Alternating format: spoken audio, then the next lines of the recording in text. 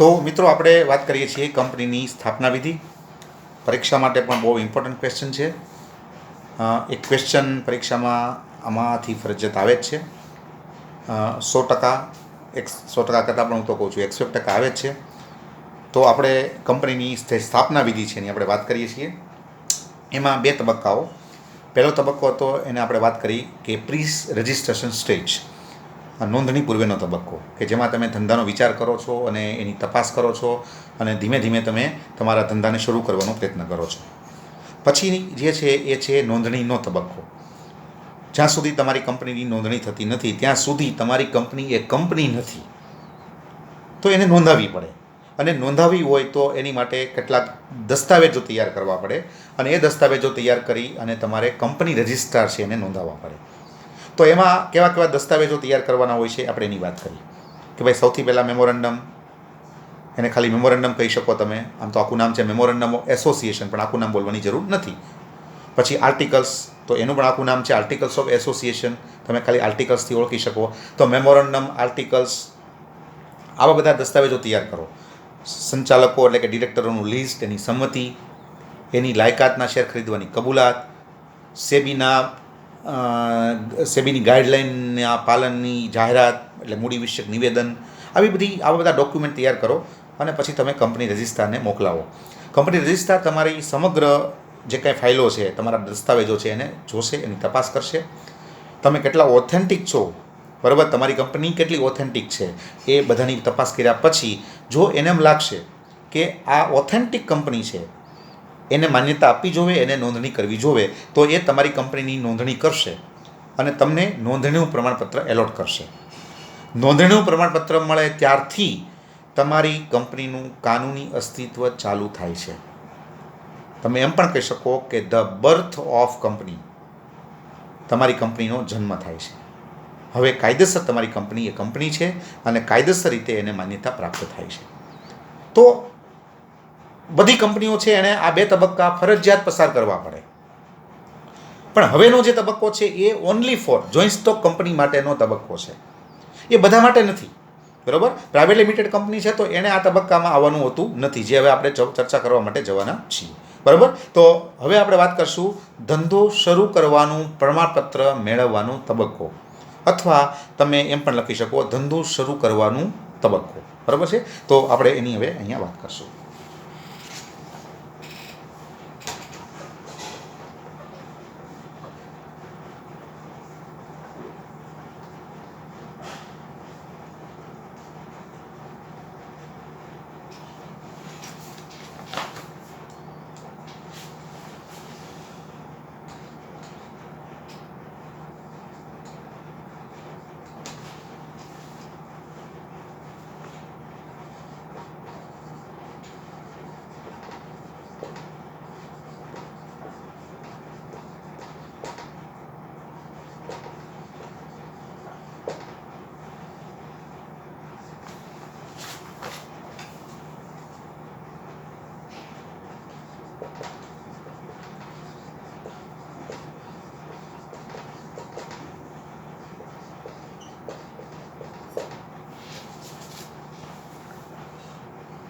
એમાં પહેલું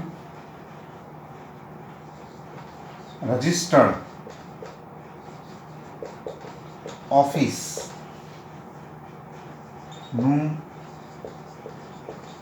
સરનામું નોંધાવવું,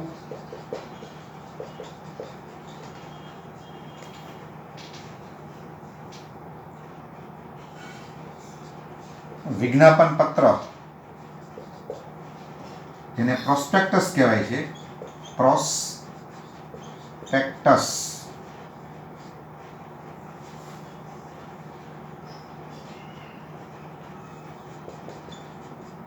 તૈયાર કરવું,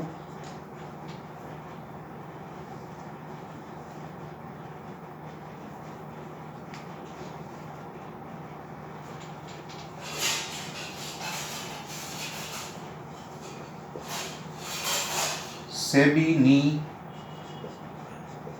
માર્ગદર્શિકાનું પાલન કરવું. જો આ બધા ધંધો શરૂ કરવાનું જે પ્રમાણપત્ર છે અથવા ધંધો શો કરવાનો જે તબક્કો છે એના બધા આ કાર્યો છે, એમાં આ બધી વસ્તુ આપણે કરવાની આવે છે. હવે સૌથી પહેલાં તો તમારે શું કરવાનું છે આ તબક્કામાં, જો ફરી એકવાર આ જોઈન્ટ સ્ટોક કંપની માટેનો તબક્કો છે. પ્રાઇવેટ લિમિટેડ કંપની છે એનું નોંધણીનો તબક્કો એટલે એની સ્થાપના વિધિ પૂરી થઈ ગઈ છે. આ તબક્કામાં જે જાહેર કંપની છે એ એન્ટર થશે અને આ પ્રકારના ડોક્યુમેન્ટને આ બધું જે કાંઈ કાર્યો છે પગલાઓ લેશે અને ધંધો શરૂ કરવાનું પ્રમાણપત્ર મેળવશે અને પછી પોતાનો ધંધો શરૂ કરશે અથવા પછી એને કાયદેસરની માન્યતા પ્રાપ્ત થશે. તો એમાં પહેલું છે રજિસ્ટર્ડ ઓફિસનું સરનામું નોંધાવવું. હવે રજિસ્ટર્ડ ઓફિસ કોને કહેવાય? તો કે જ્યાંથી કંપની પોતાનું કામ કરવાની છે એ ઓફિસને રજિસ્ટર ઓફિસ કહેવામાં આવે છે. બરાબર, દરેક કંપનીની પોતાની રજિસ્ટર ઓફિસ હોય છે અને એ ઓફિસ એટલે એવી ઓફિસ કે જ્યાંથી કંપનીનું સમગ્ર સંચાલન થાય છે અથવા કંપનીની મુખ્ય ઓફિસ આપણે એમ પણ કહી શકીએ કે main office of the company. તો દરેક કંપનીની પોતાની રજિસ્ટર ઓફિસ હોય છે અને એનું ચોક્કસ સરનામું એ તમારે નોંધાવવાનું હોય છે કે ભાઈ અમે આ જગ્યાએ અમારી ઓફિસ છે એ રાખશું અને આ જગ્યાએથી અમે સમગ્ર કંપની છે એનું સંચાલન કરશું. તો આ અમારી મુખ્ય ઓફિસ રહેશે. એને મુખ્ય ઓફિસ પણ કહેવાતી નથી, એને ખરેખર આપણી કાયદાકીય ભાષામાં એને કહેવાય છે રજિસ્ટર્ડ ઓફિસ, કે જે ઓફિસ તમે સંચાલન માટે અથવા કંપની માટે નોંધાવેલી છે, that is a register office. તો આ રજિસ્ટર ઓફિસનું સરનામું તમારે નોંધાવવાનું છે અહીંયા કે ભાઈ અમારી આ જગ્યા, આ સિટી, આ સ્ટેટ, બરાબર, કે જ્યાં અમે અમારી ઓફિસ રાખશું અને ત્યાંથી અમે અમારી સમગ્ર કંપનીનું સંચાલન કરશું. પછી બીજા તબક્કામાં પ્રોસ્પેક્ટસ તૈયાર કરવાનું છે, વિજ્ઞાપન પત્ર. વિજ્ઞાપન પત્ર એટલે શું? તો કે તમે તમારા શેર માટે જ્યારે શેર હોલ્ડરો અથવા રોકાણકારોને આમંત્રણ આપો છો અને જે દસ્તાવેજ દ્વારા તમે આમંત્રણ આપો છો એને કહેવામાં આવે છે પ્રોસ્પેક્ટસ અથવા વિજ્ઞાપન પત્ર. વિજ્ઞાપન પત્રનું નામ આવે એટલે આપણા મનમાં એવો ખ્યાલ આવે કે ભાઈ કંપનીની જાહેરાત માટેનું આ પત્ર હશે કોઈ, તો એ વસ્તુ ખોટી છે. યાદ રાખજો કે કંપની લોમાં વિજ્ઞાપન પત્રનો અર્થ થાય છે શેર ખરીદવા માટે જાહેર જનતાને અપાતું આમંત્રણ. બરાબર, એ પ્રોસ્પેક્ટસ અથવા વિજ્ઞાપન પત્ર છે. તો એની માટેનો આખો દસ્તાવેજ હોય એ તૈયાર કરવો પડે. આ કોઈ સામાન્ય કંઈ એવી જાહેરાત ન હોય કે ભાઈ ચાલો અમે આ પ્રકારના શેર બહાર પાડીએ છીએ, જેને રસ હોય અમને અરજી મોકલાવે, એ પ્રકારનું ન હોય. આખો દસ્તાવેજ હોય, ઘણા બધા પાનાઓનો હોય, દસ્તાવેજ હોય. એમાં કંપની છે એની યોજનાઓ હોય, પછી કંપનીના પ્રમોટર્સ કોણ છે, કંપનીના ડિરેક્ટર્સ તરીકે કોણ કામ કરવાના છે, કંપનીની છે એના ઉપર કેવા કેવા રિસ્ક છે, આ બધી વસ્તુ એમાં ઇન્ડિકેટ કરેલી હોય. કંપની છે એ કેટલા લોટમાં શેર આપવાની છે, એનો ભાવ શું છે, બધી વસ્તુ એમાં ઇન્ડિકેટ કરેલી હોય. અને એમાં એને પાછું વિજ્ઞાપન પત્ર તરીકે જ એને નોંધાવેલું હોય, એ નોંધાવવું પડે રજિસ્ટ્રાર પાસે. તો એને વિજ્ઞાપન પત્ર તરીકે જ પાછું નોંધાવેલું હોય કે ભાઈ આ દસ્તાવેજ છે એ અમારું વિજ્ઞાપન પત્ર છે અને એ રીતે એની નોંધણી કરાવેલી હોય. તો એ ખરેખર શું છે?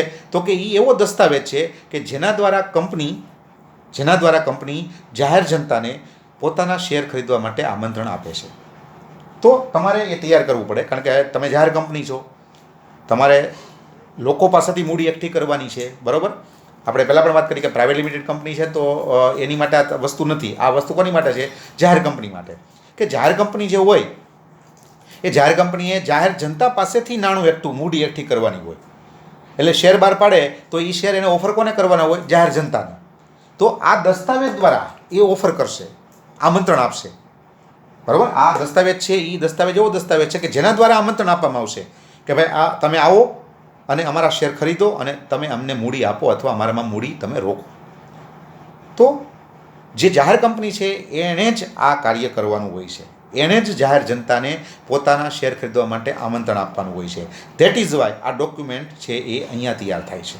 બરાબર, પછી સેબી જે છે એ સેબીની માર્ગદર્શિકાઓનું પાલન કરવાનું. બરાબર, સેબી છે જે કાંઈ સૂચના આપે, સેબી જે કાંઈ ગાઈડલાઈન આપે એ પ્રમાણે તમારે કામ કરવાનું હોય છે અને તમારે નિવેદન પણ આપવું પડે કે ભાઈ અમે સેબીની તમામ ગાઈડલાઈનનું અમે સંપૂર્ણપણે પાલન કર્યું છે અને ભવિષ્યમાં પણ અમે એનું સંપૂર્ણપણે પાલન કરશું. તમારે આવું લેખિતમાં પણ તૈયાર કરીને તમારે નોંધાવવું પડે. પ્લસ સેબી છે એની સંપૂર્ણ સૂચનાઓ તમારે અનુસરવી પડે. You will have to follow strictly the guideline given by SEBI, security exchange board of India. સરકાર દ્વારા એક એવું આખું એક બોર્ડ બનાવવામાં આવ્યું છે, આખું એક એવી સંસ્થા ઊભી કરવામાં આવી છે કે જે કંપનીઓ ઉપર નિયંત્રણ રાખે છે, કંપની ઉપર સુપરવિઝન કરે છે કે કંપનીઓ બધી જે કાંઈ કાયદાઓ છે એનું પાલન કરે છે કે નહીં, બરાબર, એનું ધ્યાન રાખવા માટે એના અનુસંધાને જે સંસ્થા ઊભી થઈ છે that is called security exchange board of India. તો એની જે માર્ગદર્શિકા છે એનું તમારે પાલન કરવું પડે અને એ પાલનની તમારે જાહેરાત અથવા એ અંગેનું તમારે નિવેદન પણ તમારે આપવું પડે. તો આ છે ધંધો શરૂ કરવાનું પ્રમાણપત્ર મેળવવું.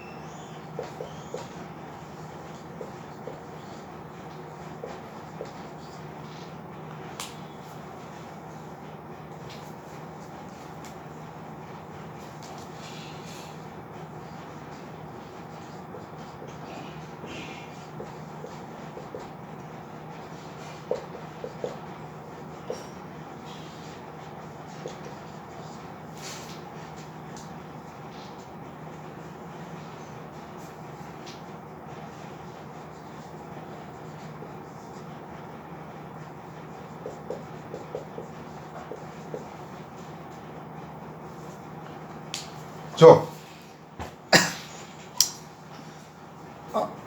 જે કંપની જાહેર કંપની છે એણે કોઈપણ માન્ય શેર બજારમાં પોતાનું નામ રજીસ્ટર કરાવવું પડે.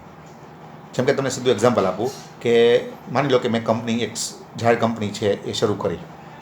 હવે મારે ભારતના કોઈપણ શેર બજારમાં મારી કંપનીનું નામ રજીસ્ટર કરવું પડે.